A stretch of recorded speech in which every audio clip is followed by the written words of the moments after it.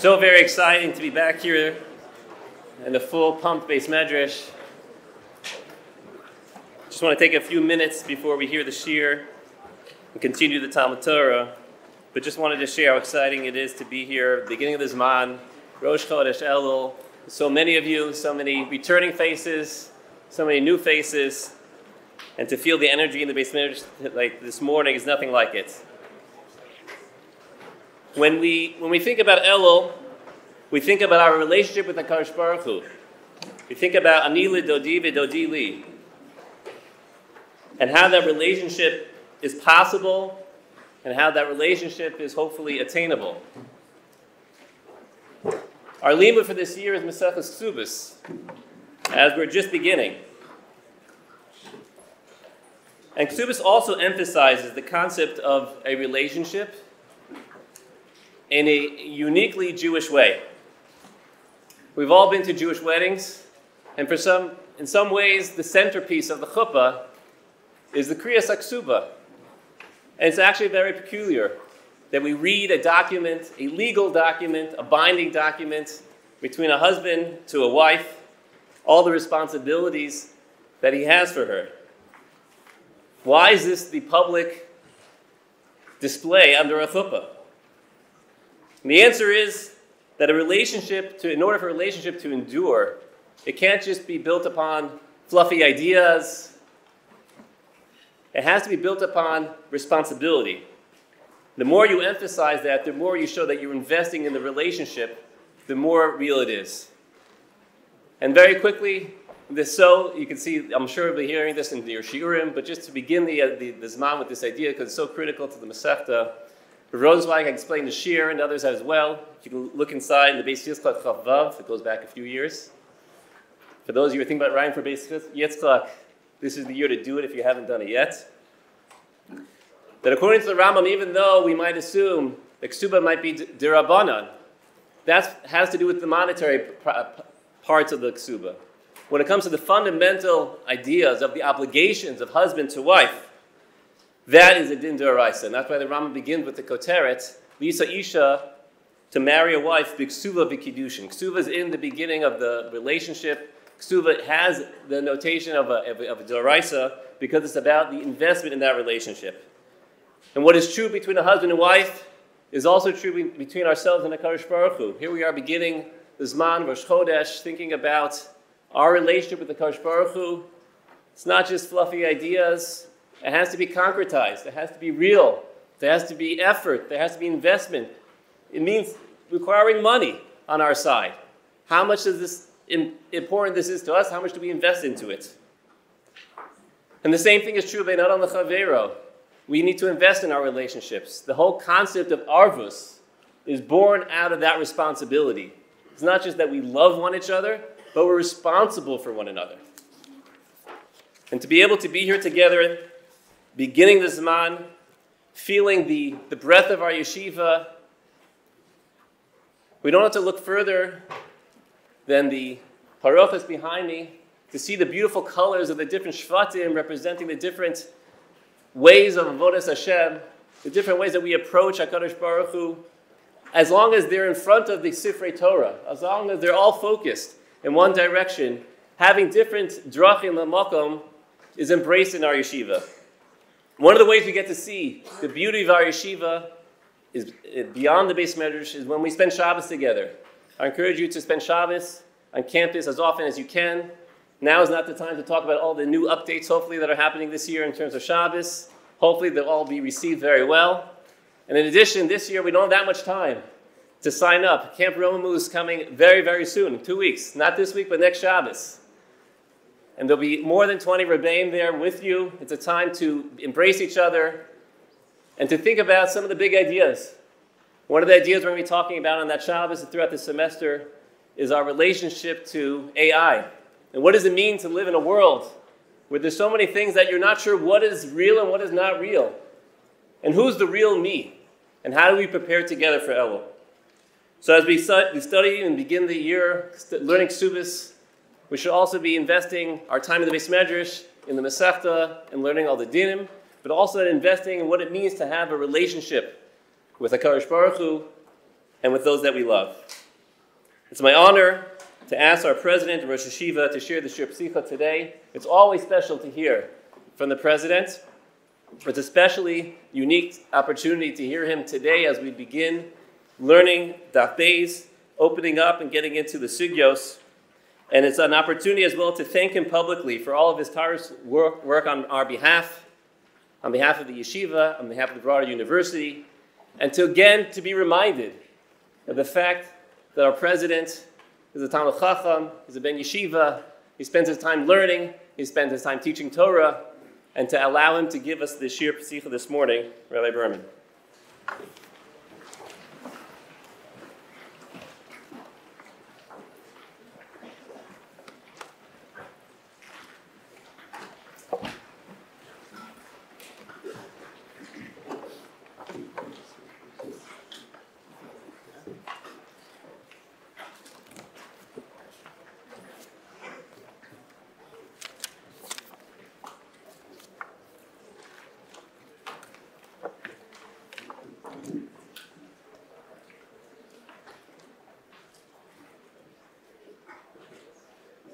Rishus, Roshei Yeshiva, our deans, Rabbi Kalinsky, and our dear Talmidim. It's an amazing blessing to be here with you at this Nuzman together, especially to be here, Rosh Chodesh Elul, a moment that pulses with renewal, anticipation, and energy of a fresh beginning. For many of you returning to our base medrash, this is a return home to the familiar rhythm of Torah, to a place both sacred and stirring. There's something powerful, even transcendent, about being here in your formative time of your life. Here you encounter ideas and experiences that stretch your mind and elevate your soul. You engage in a vibrant Torah's emes that is our Torah's Chaim. You explore the vast landscape of human thought, and so preciously, you get to peer into the window of the soul of your Rebbeim, growing from them, not just from their teaching, but from their bearing and their character. For those joining us, some coming straight from high school, others from their year or years in Israel, this moment filled with excitement, might have some uncertainty. Know that you're not alone. We're a community. We're a family. The friendships you forge here, the moments you share will last, stay with you forever, and will build together that community. And I urge everyone here, if there's somebody next to you that you do not know, by the end of, not during this year, but afterwards, introduce yourself to them. That's how we build this yeshiva. We build it together. I'm particularly energized by the start of this month and the fact that we're opening with Maseches Kesubos today. It's a Masechta rich with intellectual depth and spiritual relevance. Its sugyos challenge the mind and speak to the heart. At its center lies the core of Ksuva, which is not just a legal document, but a profound expression of commitment and responsibility. It offers for us a model for how we relate to our most intimate human bonds and how we engage with others, with our own growth, and ultimately with Hashem. So let's enter this man. First of all, Rabbi Cohn said to me, you know, this is so packed, the yeshiva is so packed that not everyone has a chair, and it's called yeshiva. So we're so packed, we need to make sure everybody gets chairs. We'll do that. Okay, but the Kol Torah that emerges from this room, we will come together as we open this month with curiosity and a sense of appreciation for Hashem, for giving us this opportunity to learn Torah together. You know, I can tell you that over my years at Yeshiva University, I've had opportunity to speak at very different kinds of public gatherings, some more surprising than others. But this annual moment of giving the Shiur Pesicha is, for me, by far my personal favorite. And I am forever grateful to HaKadosh Baruch Hu to have given me the opportunity so that I could learn together with you, with our Talmidim. So let's begin. The Shiur Pesicha today will focus on the character of the Ksuva through understanding its relationship to the process of marriage. Now in Halacha, we know there are two stages of marriage. There's Kedushin and there's Nisuin. Kedushin is when the husband and wife sanctify the relationship. They take on the status of, she takes on the status of Eshes Ish. They still do not live together. They don't build their home together. That waits in the time of Chazal for another 12 months when they would go to the chuppah and then do Nisuin and start their home together. My opening question is simple. With which stage would you say that Ksuva is more identified? Is Ksuva more of a document that would relate to Kedushin or relate to Nisuin? What would people think? No, Nisuin. Why Nisuin? Obligations from the husband to the wife. It's obligations to husbands and wife? No? Specifically, there are certain obligations, like Tosefah is the one that kick in. There's a Tosefah Ksuva that kicks in, all of the obligations, Sher Ksus Va'ona, everything. So naturally, it would be something I think people would say would relate to Nisuin.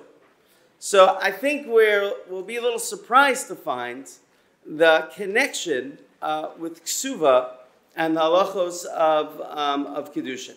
So let's start, look at source number 1. If you look at source number 1, the Mishnah says, Lo kasav lo ksuva, besula gova masayim ba'almana mana. Let's say you don't write a ksuva. Let's say the husband never writes a ksuva. Still, nevertheless, for a besula, if he marries a virgin, he has to pay her 200, and a widow, and almana, it would be 100. Why? B'nei shehu t'nai bezdin. So even if he doesn't write it, he's still chayiv in the amount. He's chayiv in either the 100 or 200 for the t'nai bezdin. From when does that chiyuv? Is that also true? When does that t'nai bezdin begin? Is that true only by Nisuin? So it's an interesting machlokas Rishonim. If you look at source number 2, Tosfos says, Mikan yesh l'chiach da'amana min ha'ersin yesh lo ksuva afilu lo kasa. That even if you have an arusa, they just did Kedushin, they did it, let's say, January 1st, 2024, and then on March 1st he dies. He never writes the Ksuva, still chayiv in the 100 and the 200. Tosfos says that the T'nai Bezdin begins already by Shas Eirsin, which is already something to note, that Eirsin, the link between Eirsin and Ksuva. Now the Rambam disagrees. Look at source number 3. Avalim Eiris Isha Velokas of Ksuva V'Meso Gersha V'Yarusa Ein Lo Klum V'Afilu Ha'ikr Shalo Tikna Ha'ikr Ksuvas Ad Shetinaseo Ad Sheyichtov. That actually he disagrees. He says the T'nai Bezdin would not begin by Eirsin, that they only made the takana at the time of Nisuin, or if the Chassan actually wrote it. But even if the Chassan wrote it, let's say the Chassan wrote it earlier, if you look in the Mishnah in source number 4, assuming that's the case, there's a machlokes tanaim, nisarmlo o niskarsha ben min ha'ersin ben min ha'suin gova es hakol. What does gova es hakol mean? What is gova es hakol? What are you collecting? In the first opinion. What does that call? What would that include? The Tosefah Ksuva, meaning according to the Tanakama, that if even after Eirsin, if he dies or divorces, he collects, he has to give, and they write the Ksuva l'chaora, that is the case. That he write, yes, she collects everything. But Rabbi Elazar ben Azariah, Rabbi Nisuin gova esakol. If after Nisuin, then they gova esakol. Min eirisim besula gova masayim b'almana mana shelo kasava ela almanas lekanso. So Rabbi Elazar ben Azariah distinguishes. Why does he distinguish? He says besula you would give the 200 and the 100 after eirisin, but for the Tosefah you wouldn't give. Why? Shelo kasava ela almanas lekanso. When he wrote, Rashi says when he wrote the Tosefet, he only had in mind to give it after they had chuppah, after she actually was brought into his house. Now the question is, what about the mana and masayim? Did he intend to give that to her earlier? Is that the difference, what he intends? Or is it that even if he intended, it doesn't matter? I mean, we don't care what he intends, but for the base ksuva, he would have to give it from Erison. Is it just a matter of intention or not? It's another question another interesting link between the Iker Ksuva, this is the 200, let's say for Basula, and Erison, that even if he writes it, there's a machlokes if they'd have to give it after Erison, and Rabbi Ben Azariah, we paskin differentiates between the Iker Ksuva and the Tosefet Ksuva. One other interesting distinction is if he is paying, let's say he is writing, and he is paying the Iker Ksuva, so we know that where do you take the Ksuva from? You can take it from not just property that you currently have, but also Mishubadim. I mean, there's a lien on the husband's property. From where does this lien begin? From where does this lien begin? Does it begin at the time of Nisuin or does it begin at the time of Erison? That's a machlokes Amaram. And the Rambam is an interesting psak. If you look back at the Rambam in source number 3, the Rambam says, Ve'im meis o gersha gova ikr ksuvaso b'bnei chorin ve'eno gova tosefet klal ho v'lo knasa. That if the husband dies, again on March 1st, they did Kedushin on January 1st. If the husband dies before Nisuin, and he writes, and he's writing and he wrote the Ksuva, so she can collect the Iker Ksuva, but only from Bnei Chorin, not from Mishubadim. Why not from Mishubadim? So this actually is a shita of the Gaonim. If you look at source number 7, so Rav Shiur Gaon explains the reason is he explains it's just an issue of das. That when he wrote it from Erison, that was what he had in mind. Again, it could just be a das issue, or perhaps it's something even more. Is there something that differentiates the ksuva of Erison from the ksuva of Nisuin, that the ksuva of Erison can only be collected from Bnei Chorin and not from Mishubadim? So just to repeat, just to summarize. Normally we would say, okay, there's a deep connection, ksuva is tied to Nisuin.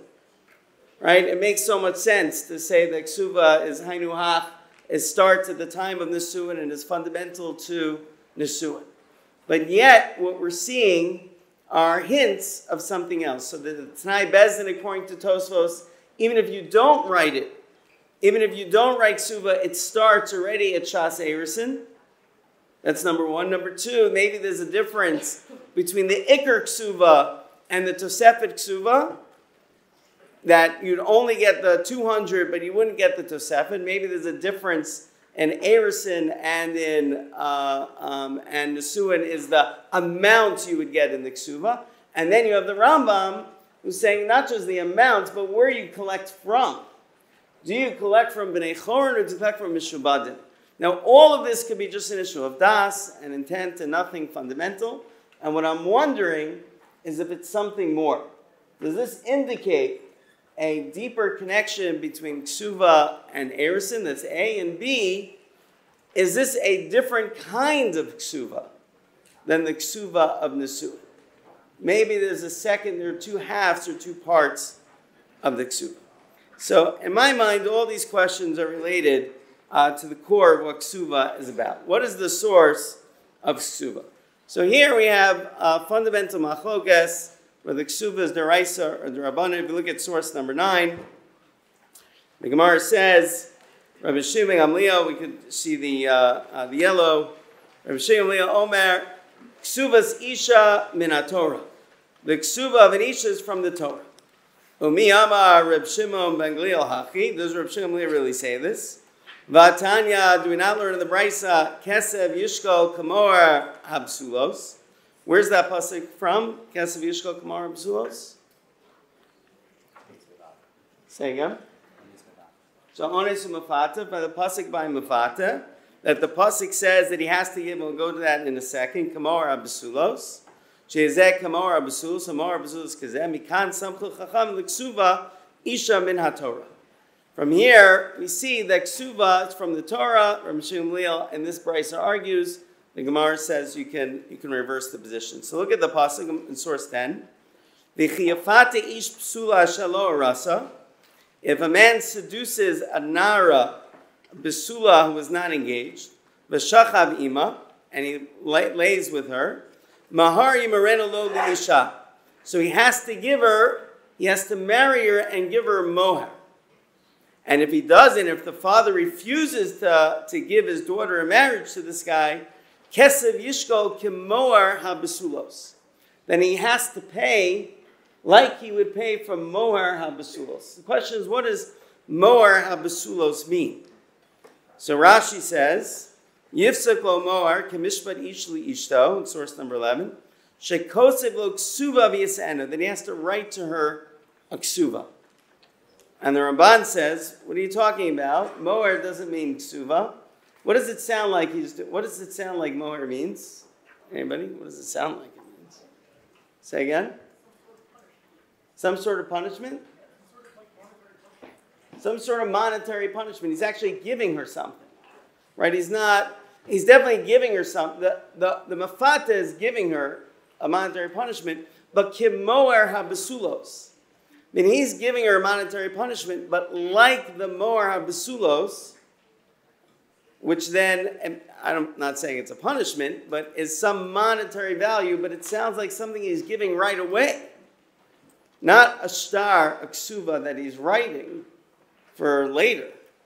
And that's what the Ramban says. The Ramban says, we're talking about, the pshat of the pasuk is Savonis, is talking about the preparations, the gifts that you give and the preparations that you do for the chuppah.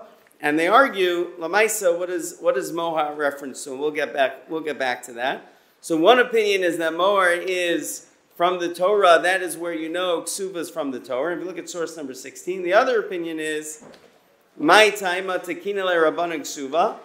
What's the reason that the rabbanan established ksuva?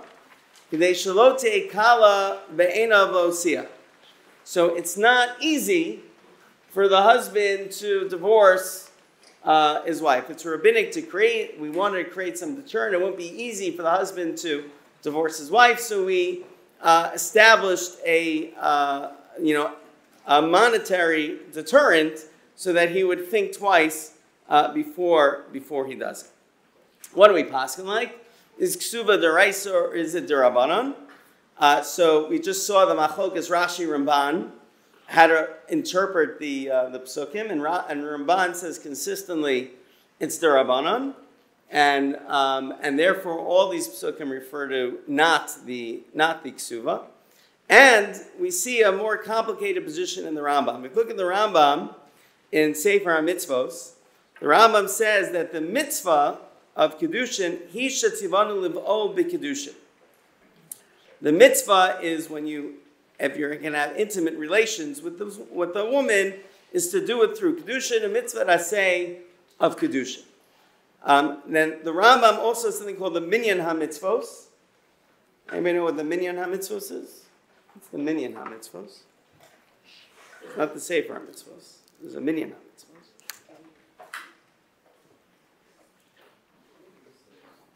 Somebody hand up over there? Yeah.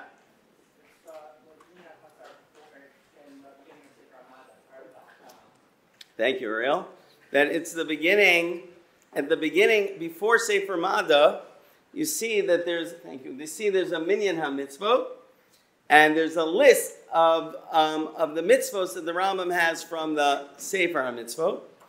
And then, separately, before each of the halachot, there's also a breakdown of the mitzvot on each halachot. Now, the reason why the Minyan HaMitzvos is important, I suggest that you look at it regularly, is because the Rambam wrote Sefer HaMitzvot before he wrote the Mishnah Torah. That was the frame, meaning he wanted to prepare to write the Mishnah Torah. So he said, okay, let me write out the 613 mitzvos that I'm going to use for the Mishnah Torah.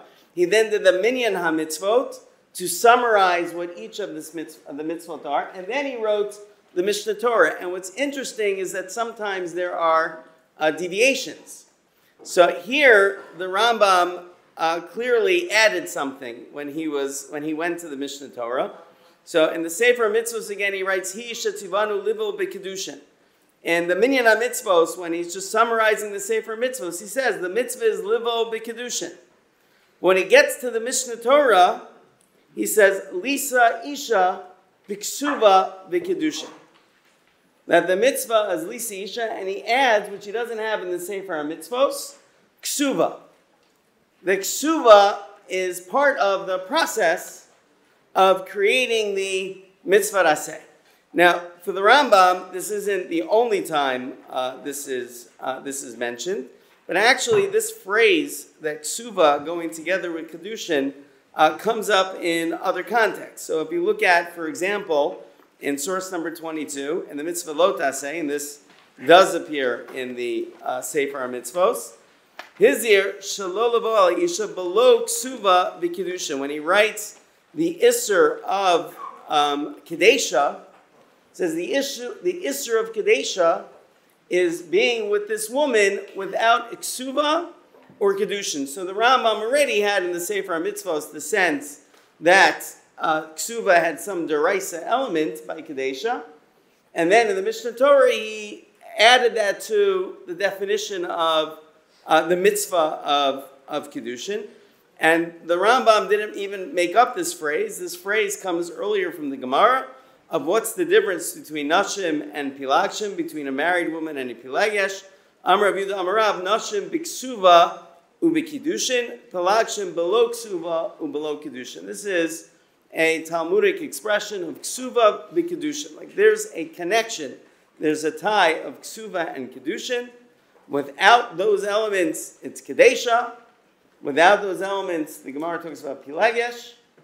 And the Rambam says marriage in halacha is only with those elements. Now this, of course, raises a significant problem because the Rambam in other places says that ksuva is only midrabanan. He says clearly that it is what, as we saw before, that it is what the Rabbanan were matakein shlote kala be'ena. So you have a stira between the Rambam on the one hand showing their deraisa elements, and on the other hand saying that ksuva is the Rabbanan. So I heard, I was at the zchus of learning Suvis, actually, Mori V'Rabi, Rav Aaron Lichtenstein Zatzal. I learned Maseches Kesubos in the Grus Kolo, and I encourage everyone who is here, first of all, to go into Smicha, and then afterwards to go to the Grus Kolo. I had the zchus of spending 2 years there, and Rabbi Mori Lichtenstein gave Shiur, and I learned Suvis with him.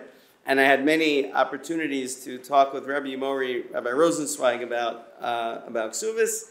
And I heard this from Rabbi Lichtenstein, but Rabbi Rosenzweig also wrote this in this idea, Rabbi Rosenzweig fleshed out in the article in Beis Yitzchak, that if you look at source number 24, that the Rambam Savor Sharabanan Tiknu Prate Chiyuv Ksuva, Shalote Kala Beina Votzia, Kifishu maybe Pamim Rabos Bilchasishus, Ava Baror Shusavar Shavchana Ben Pilagesh, Viachsim Hakrim Mitzad Echad, Visha Shal Kedusha Meidach, Mitzpatat, Biksuvehi Midaraisa. But certainly the Rambam thinks that the essence of Ksuva is Midaraisa, but the details, Rabbi Rosenzweig writes, are Midrabanan.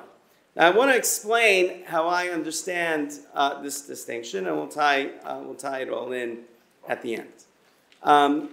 There are two elements in a halachic marriage. The first is generic and applies to everyone. It's the concept of marriage as a whole. This, to me, relates to kedushin. The Gemara says, why is it kedushin? Because the woman becomes asur la'olam kehegdish. Like she becomes an Eshes Ish, she's prohibited to the world. This is the generic concept and status of marriage, very transactional, and it's differentiated, as the Rambam says, from before Matan Torah, the famous Rambam at the beginning of Halachas Ishus, that beforehand, a man would bring a woman into his home, There was no formal legal act to consecrate the relationship, no public display to note it to the world. Then comes Kedushin that sanctifies it and publicizes it and makes her a generic Eshes Ish. But then in the time of Chazal, 12 months later, then it becomes personalized. It's not just marriage in general, but it's the marriage between these two people. It's the marriage between Abraham and Sarah, between Yaakov and Rachel, between Ari and Anita. This is when the other dinim really about their relationship begins to apply.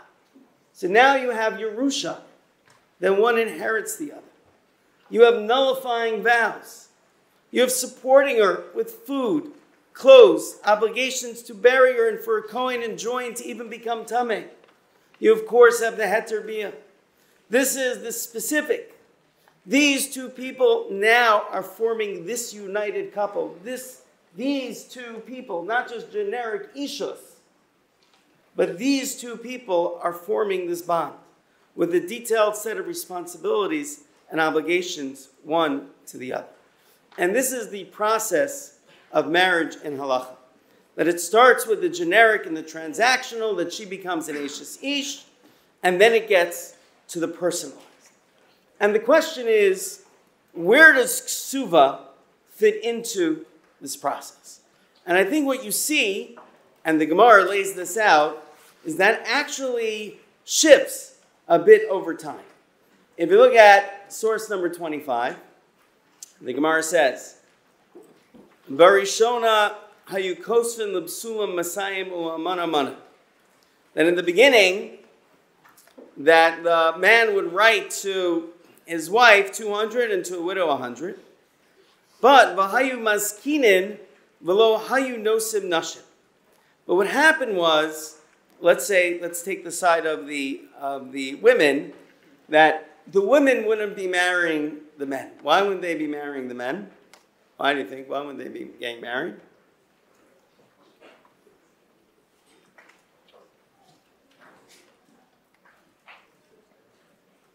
No. Why wouldn't they get married? They're supposed to write 100, 200 to the men are supposed to write to the women. The women's like, I'm not willing to do that. Why wouldn't they be willing to do that? So they're taking a little bit of a risk. It could be this guy, they meet this guy, he's fancy, he just graduated from Sims, he has a great job in Goldman Sachs, and, she marries this guy, but then, the market turns, he becomes broke, down on his luck, maybe he passes away, and she's left with nothing. I'm not taking that risk. So they weren't getting married. So obviously it doesn't happen to any Sims guy. I'm just saying. They always do. Everybody does well. But I'm saying, they wouldn't get married. So it's kinu shiu manichin oso bebeis aviyah. So they said okay, we're going to take the amount. So you don't have to be worried that it's not going to be there. We'll take the amount by the time you get married. And we'll leave it in your father's home. So it's always there. You don't have to worry. So the women then were willing to get married for that reason, but then there was another problem. That so it would work the other way. The guy wouldn't have any deterrence.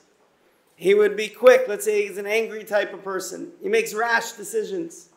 And in his mind, that money was already lost. It's in her father's house. So if they get angry, if there's a fight, he says, go get your ksuva and leave.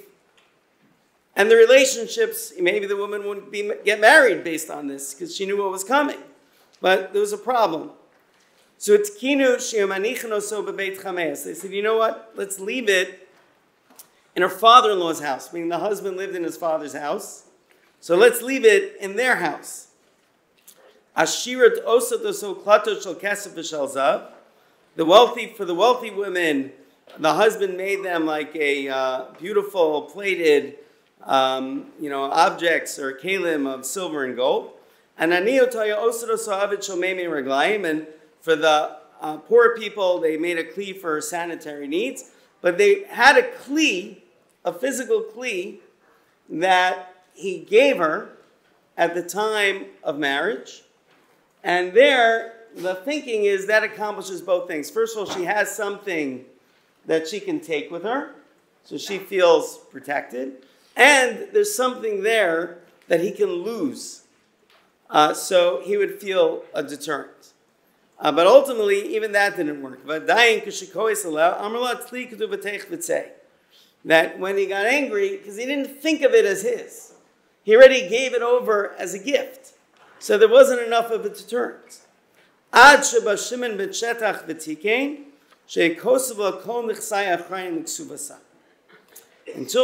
Shetach came, when did Shimon ben Shetach live? Ariel? Say again? In like 1 BCE. Sound right?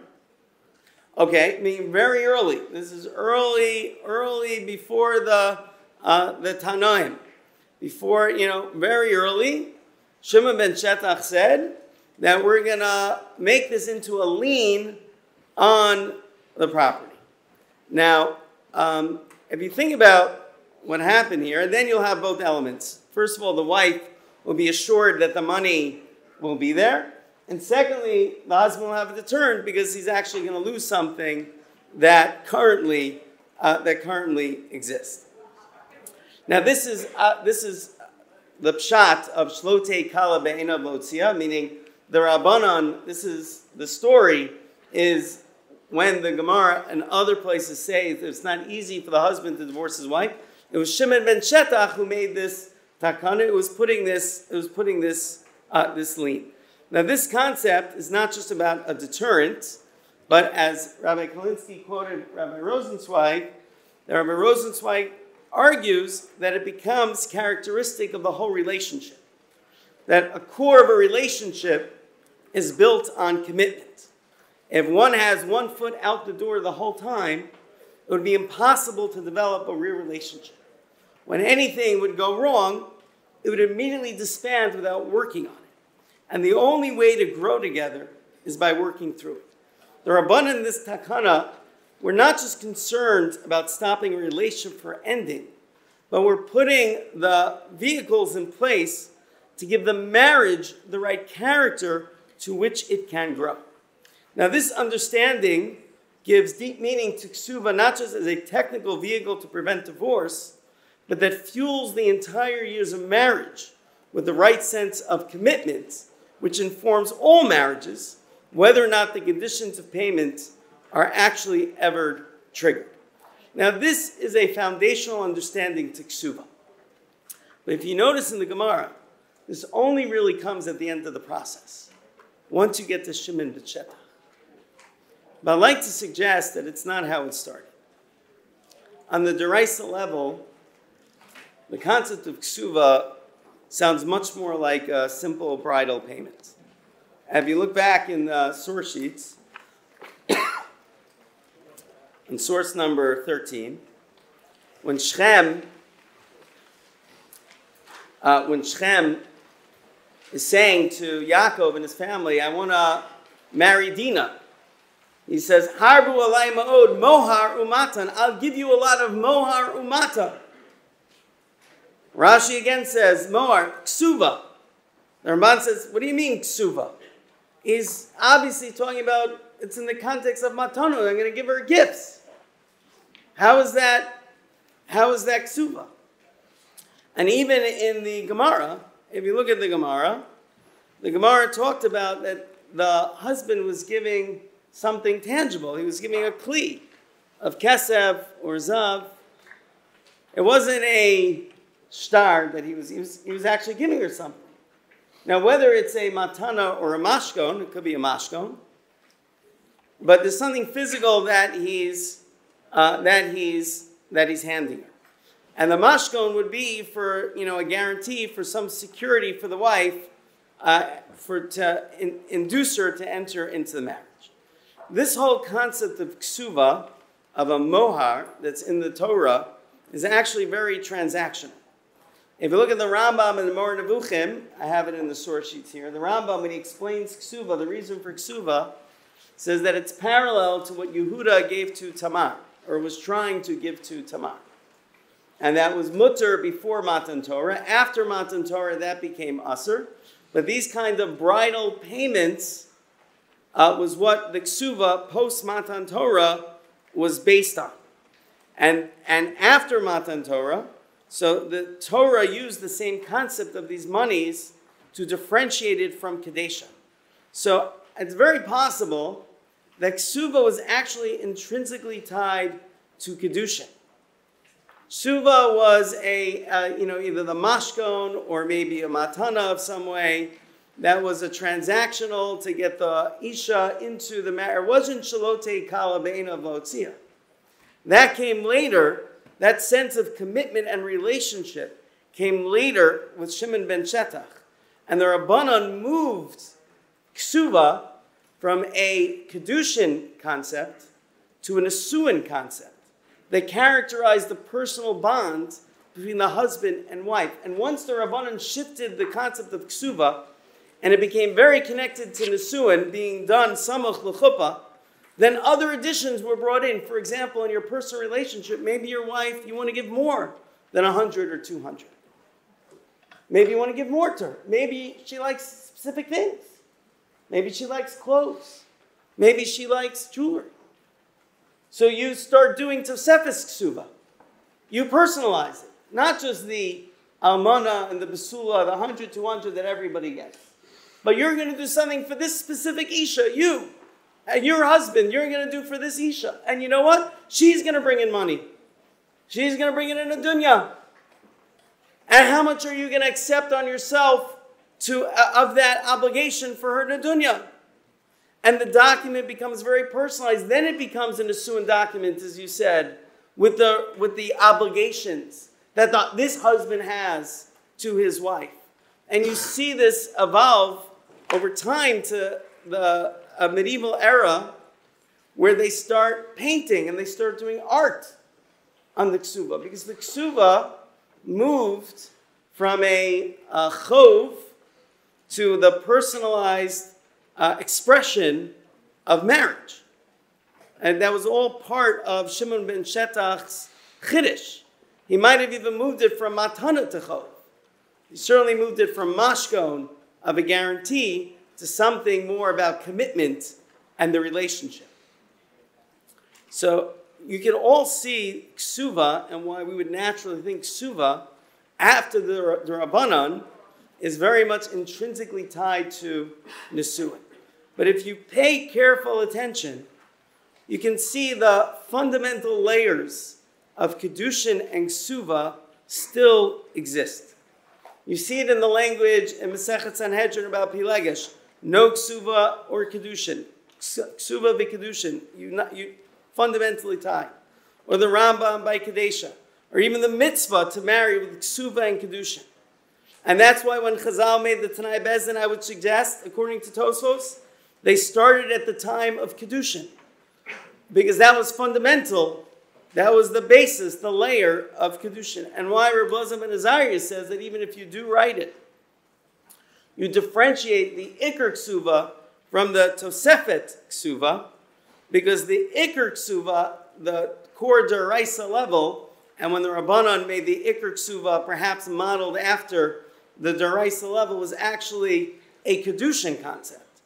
And finally, even according to the Rambam, which is the greatest chiddush, who says that if you don't write it, it doesn't come. And only if you write it, you're going to be chayiv. But nevertheless, he distinguishes the ksuva of Erisin, of B'nai Chorin, which is more like a matana for the B'nai Chorin than for a milva b'shtar, which is what the ksuvas become.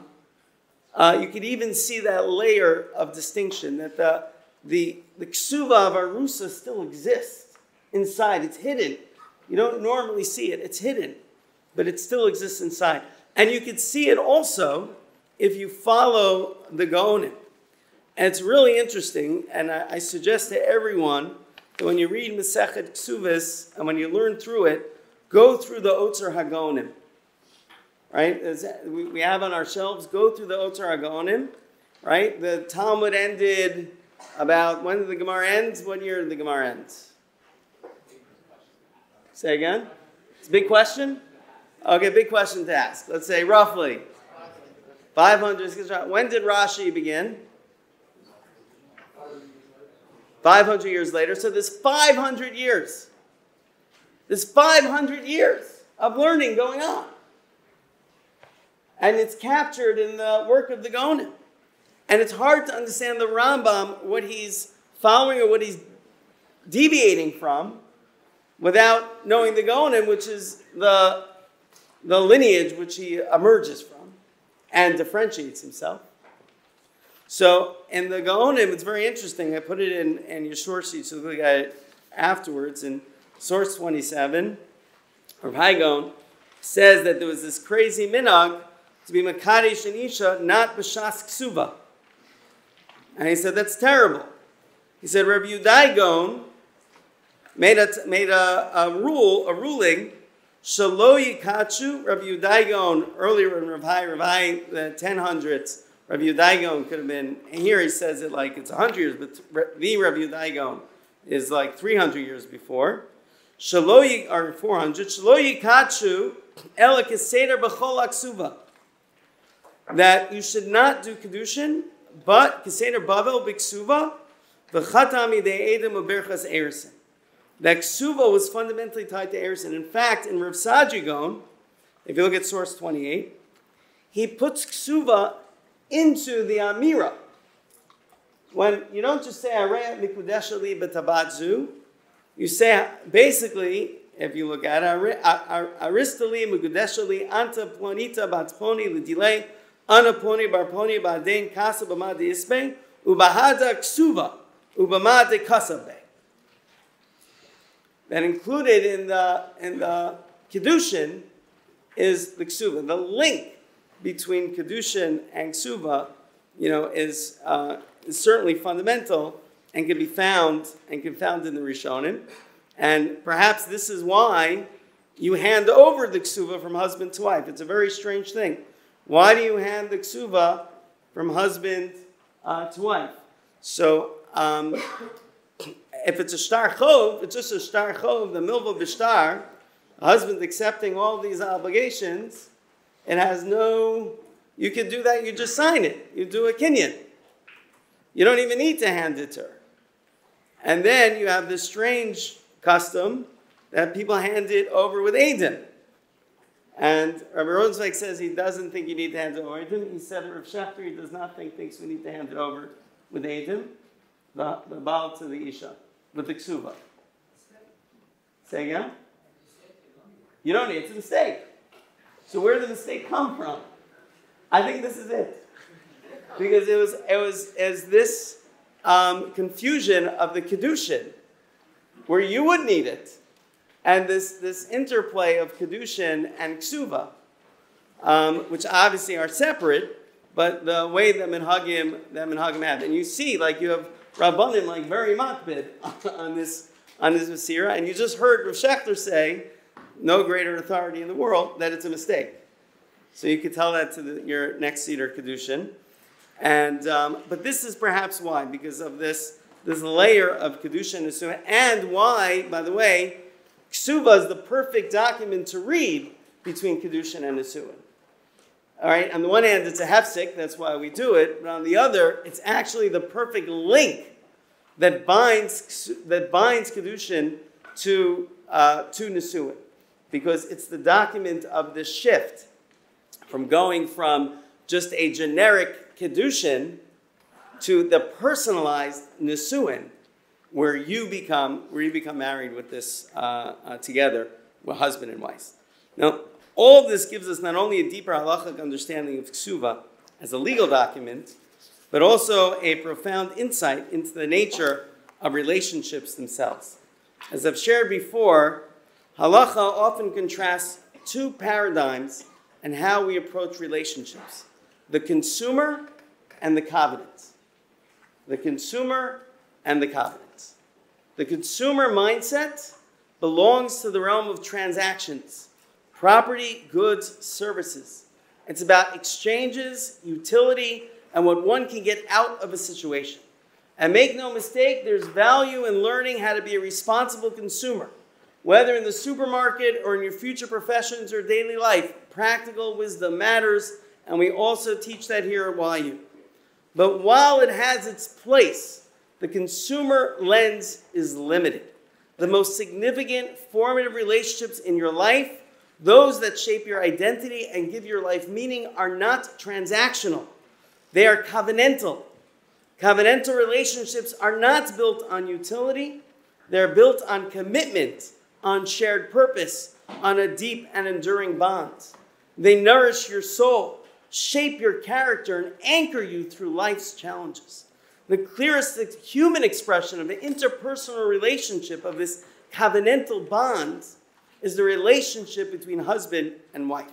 And what's so powerful in the marriage process is how halacha guides us from a consumer mindset into a covenantal one. From the very beginning, we say Kedushin.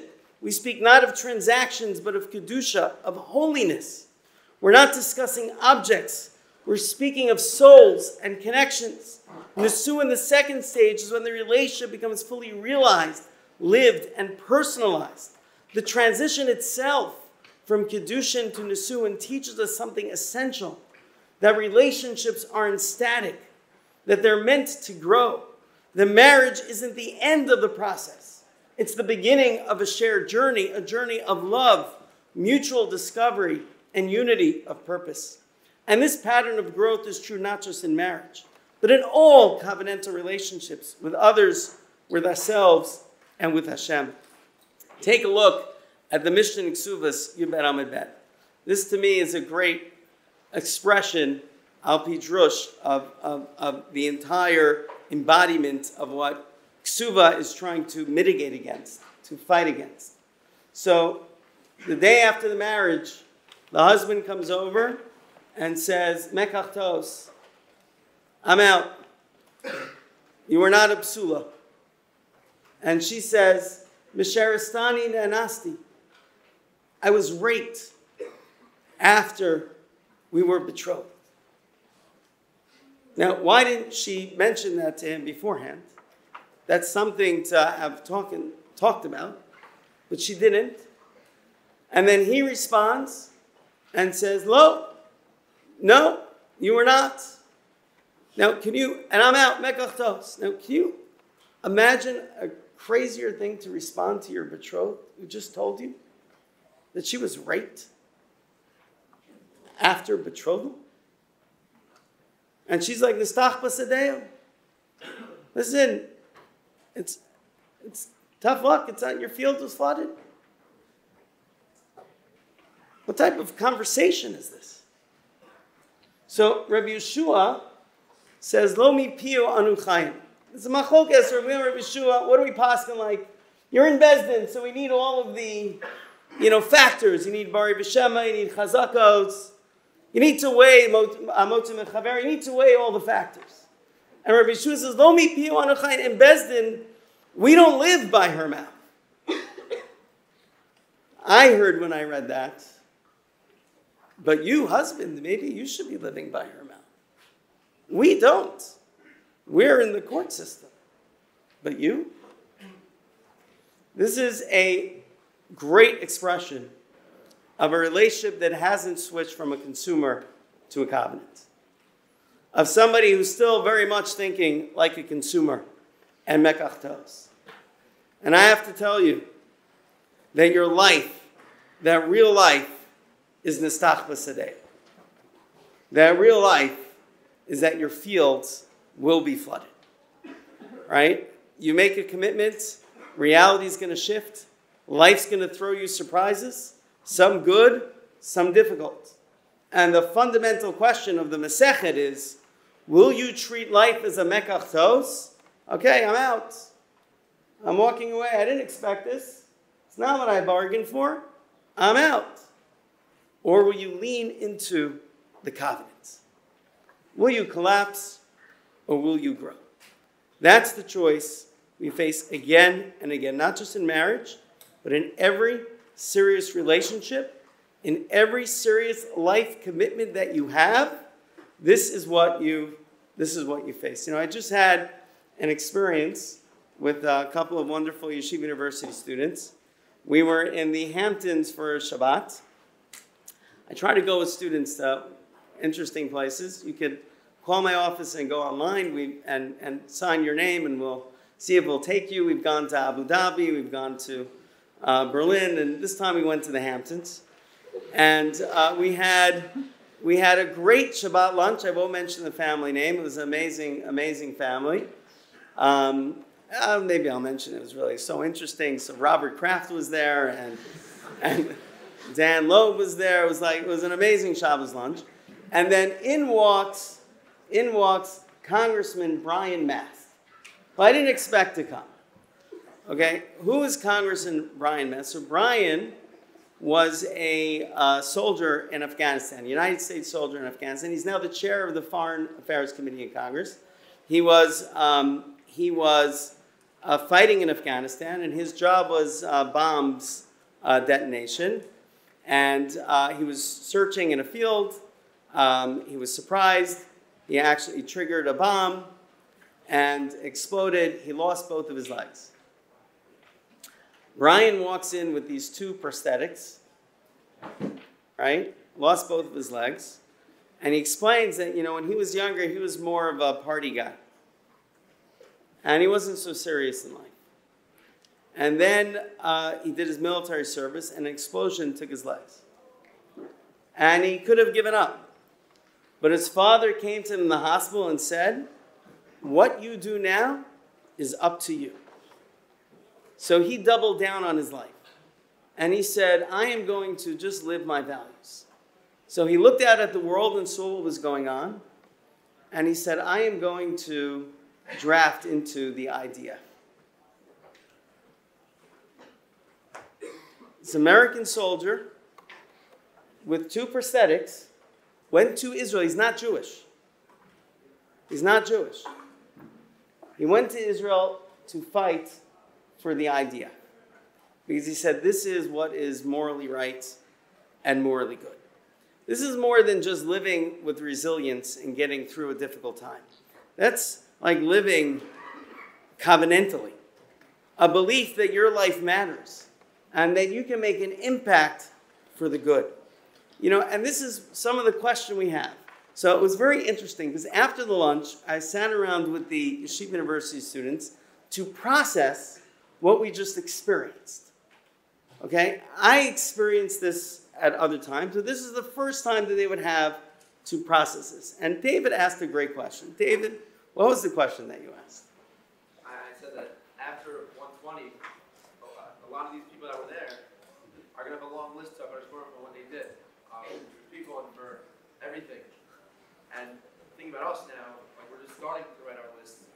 I asked as president, as one of the Rosh Yeshiva, in NYU right now, what is our top kid? Right? There are many opportunities that we can go around NYU and join different clubs, do different trips. At the same time, we can also fill up our own cups and stay with the Spanish and learn. So I want to ask specifically, as Berman, as both president and Rosh Yeshiva, what is our top kid right now? What should we do right now? So David asked me that question. I said, do me a favor. At the Shiur Pesicha, come, stand over there and ask me that question. I want to answer that question, but I want to answer it to everyone. So the first thing from David and from the group is how inspired we all were by people who tried to live with an impact. Right? Literally, they tried. Dan Loeb, after October 7th, started something called SimchatTorahChallenge.com. And he said that for all the people who are not going to study Torah, we need to be studying Torah. The greatest thing he's ever read was Torah, and he wants to spread Torah to everyone he could. He has 20,000 people studying Torah every week now because of SimchatTorahChallenge.com as one of the examples. And so what are we?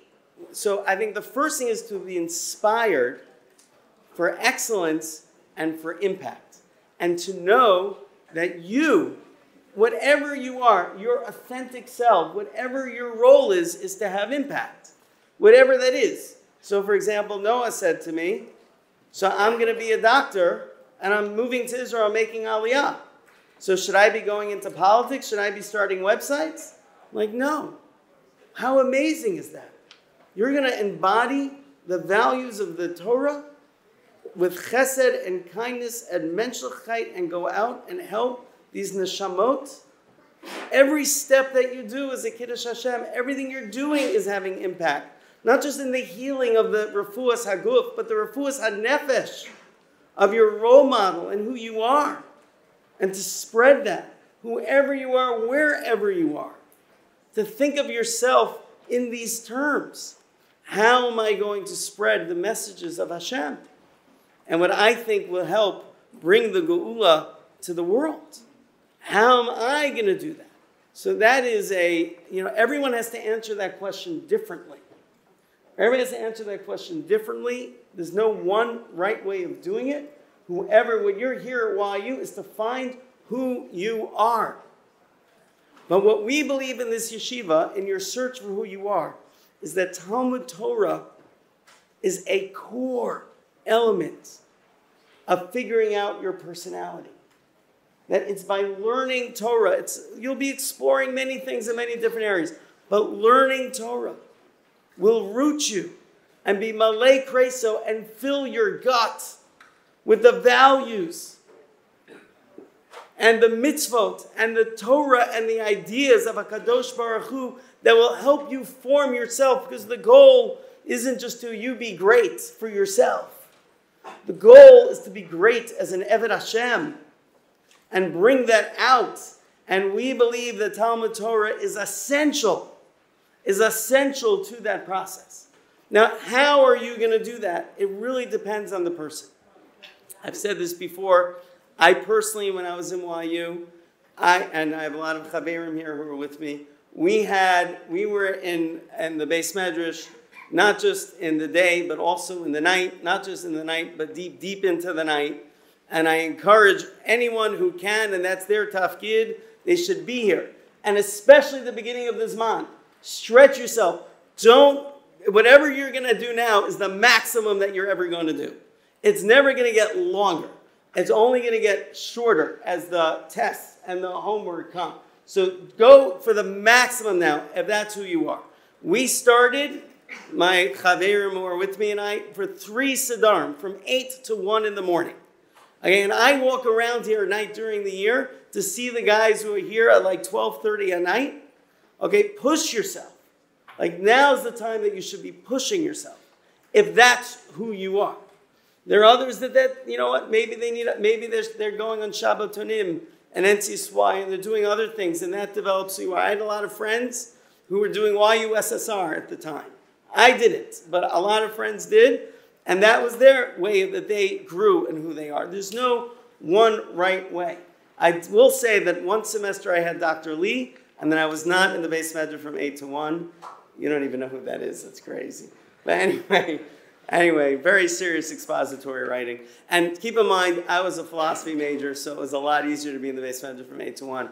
All you science guys, or in computer science, I'm just saying, you should aspire.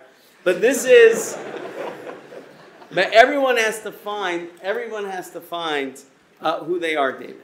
So it's thinking about impact as an Eved Hashem, wherever you are, that Admei Esrim Shana, as you say, when you get up to Hashem, and Hashem's going to say, not did you write somebody else's book, but did you write your own book? That you'll be able to answer that authentically. And that's really my core message I have for my Yeshiva University, and I'm going to start wrapping up. This is, I was in YU Israel. I was in Israel for the summer, which was amazing. And one of the students in Israel, one of our students said to me, Rabbi, you're always so positive about our students. Do you have anything critical to say about our community? I'm like, no, I love our students. Our students are the best in their menschlichkeit, their character, their learn, their seriousness, their commitment to other people, their commitment to the Jewish people, to make a Kiddush Hashem in the world. Like, our students are amazing. I love our students. I'll add that what I really would like them to do is believe in themselves. Like that's the only maybe a little touch, like to water that, like to believe in yourself. Lahazir gedolim al ktanim, to talk to your little self, that little kid inside of you who isn't sure if he could, who's uncomfortable and doesn't know, can he really do these things? And tell him, Zeh hakatan gadol yiyeh. Look what I am now, and look what I can become. Water him, nourish him, that you too can be a gadol in your way. Everything you do, whether public or quiet, big or small, in your community, in your family, and your workplace, everything has the potential for enormous impact, and especially today. We are living in an historic moment. Whatever career path you choose, medicine, law, business, education, don't approach it with a consumer mindset. Don't just take from the world. Infuse it with Torah, with values, with purpose. We don't do Torah uparnasa. We do Kiddush Hashem. We bring our Torah through everything we do. Hakol lichvodo. Hakol lichvodo. Everything we do is for Hashem.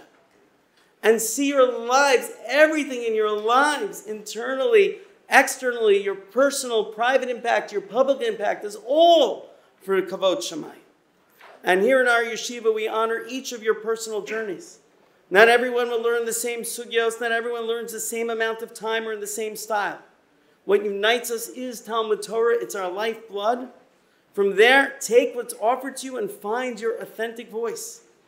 Ask yourself, what kind of impact can I make? What does it mean for me to be a true Eved Hashem?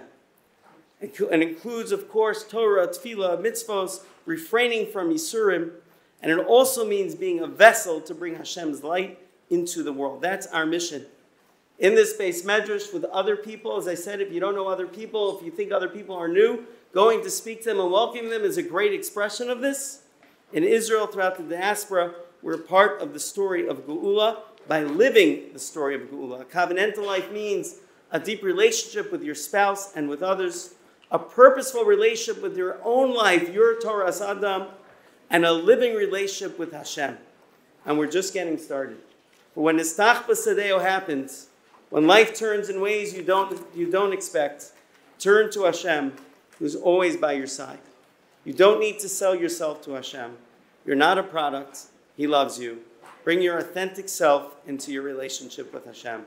For that relationship brings the greatest joy, meaning, and comfort.